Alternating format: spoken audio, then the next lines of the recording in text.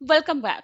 In part 2, we followed our AI agent as it's begin its investigation. We saw that after understanding the user's question, the agent didn't immediately produce an answer. It created an investigation plan. It selected the most appropriate tool. The agent runtime executed that tool. The model received new evidences. Then it reasoned again. At this point, many people assume that agent already has everything it needs. But here is something that surprises many architect. Every time the model reasons, it starts with only the context that we provide to it. The model doesn't remember previous API call. Okay, it doesn't remember the last conversation by itself. It doesn't automatically know what happened 5 minutes ago. Every reasoning cycle begins with a carefully assembled package of information, and that's what we are going to explore in this video. Because if tokenization is the foundation and reasoning is the brain, the context is the fuel that powers the entire system. Let's continue with our deployment investigation. The engineer asks, why did my deployment fail? By now, our AI agent has already queried CloudWatch log. It has received database timeout error. Now it needs to perform another round of reasoning. But before that, the model can think about the next step. The runtime has to prepare everything the model needs. This process is called a prompt assembly. And despite the name, it much more sophisticated than simply writing a prompt. The runtime gathers information from multiple sources. First, it includes the system prompt. These are the permanent instruction that defines the agent behavior. For example, you are an enterprise operation assistant. Always verify evidences before making conclusions. Next comes the user's request. In our case, why did my deployment fail? Then the runtime includes the conversation history. Maybe earlier in the conversation, the engineer mentioned that the deployment happened 5 minutes ago. Perhaps they already confirmed that the infrastructure maintenance was completed successfully. That information becomes the part of the context. Next come retrieved knowledge. This may include architecture documentation, runbook, deployment procedure, troubleshooting guides, or an internal engineering documentation retrieved through RAG. Finally, the runtime includes the result from previous tool calls, the CloudWatch timeouts, previous deployment history, GitHub commit information. Anything the agent has already discovered become additional context. Only after assembling all these pieces does the runtime sends a complete context package to the model. Notice something important. The model never connect directly to enterprise system. It never open your documentation portal. It never searches your database. Everything it know has already been assembled for it by the runtime. That's why I often say runtime builds the model. Think like an architect. Many teams spend months selecting the perfect LLM, but the model can only reason about the information you provide. Poor context almost always produces poor reasoning. A better model cannot compensate for missing information. Now that we have assembled the context, another architectural challenge appears. Can we keep adding information forever? Unfortunately, no. Every model has limits, context window, and their limitation. Every every large language model has something called a context window, and it has their limitation too. Think of it as a model working memory for a single request. Every token we send consumes part of that available space. System instruction consume tokens, conversation history consume tokens, retrieve document consume tokens, tool result consume tokens, even the user's latest question consume tokens. Eventually, the window become full. And once that happens, the runtime has to make difficult decision. Should older conversation history be removed? Should previous tool result be summarized? Should only the most relevant document be retrieved? Or should some information be stored in long term memory instead? These aren't model decisions. They are architectural decisions. An enterprise architect, we need to design strategies for managing context efficiently.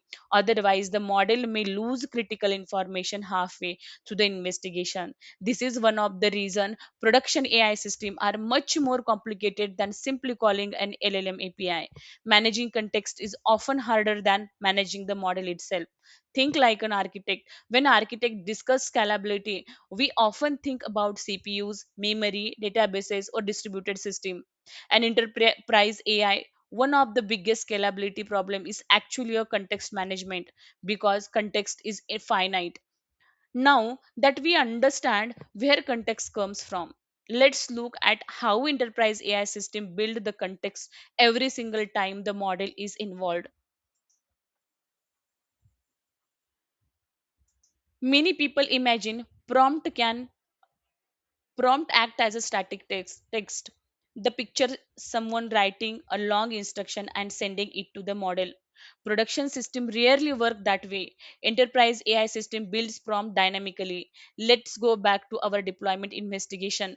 The engineer asks, why did my deployment fail?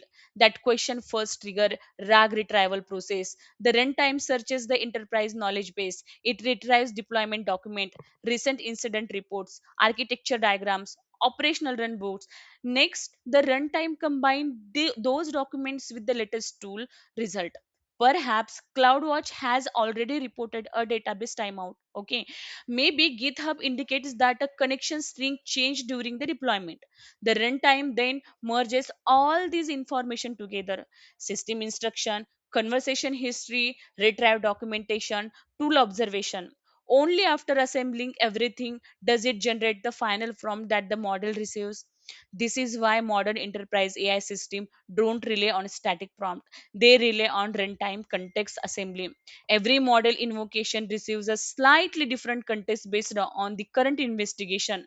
The architectural pattern is becoming increasingly important. In fact, many AI researchers now argue that context engineering is replacing prompt engineering as one of the most valuable engineering discipline. And I tend to agree. Prompt engineering focuses on asking better questions. Context engineering focuses on giving the model better information. The second approach scale much better in enterprise environments.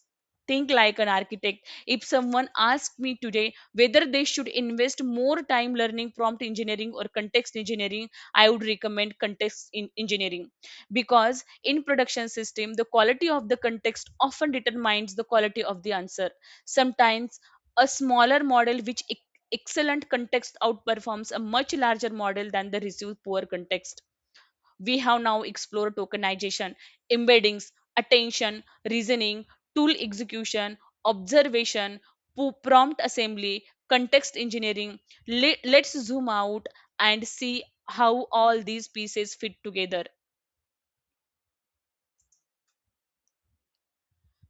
Imagine once again that our engineer asks, why did my deployment fail? What follow isn't a single AI operation. It's orchestrated workflow. The request enters the agent runtime. The runtime assembles context by combining system prompts, conversation history, retrieve knowledge, and the previous observation. The complete context is sent to the model. The model performs tokenization. Those tokens become embeddings. Attention identifies the most relevant information. Reasoning creates the investigation plan. The model select the next tool. Runtime execute that tool.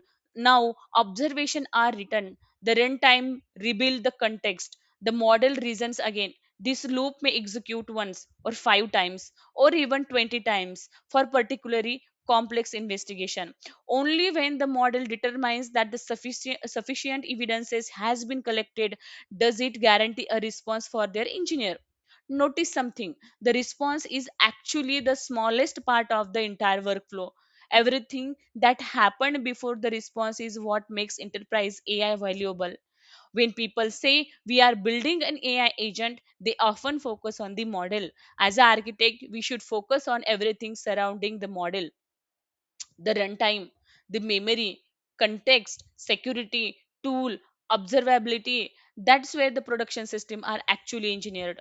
Think like an architect. An LLM is a component. An enterprise AI agent is the system, and system, not models, create an enterprise value.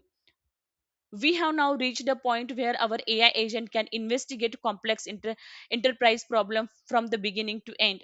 But every architectural decision introduce a trade-offs. More tool increases the capability, but also increases the latency. More context improve the reasoning. but increases the cost.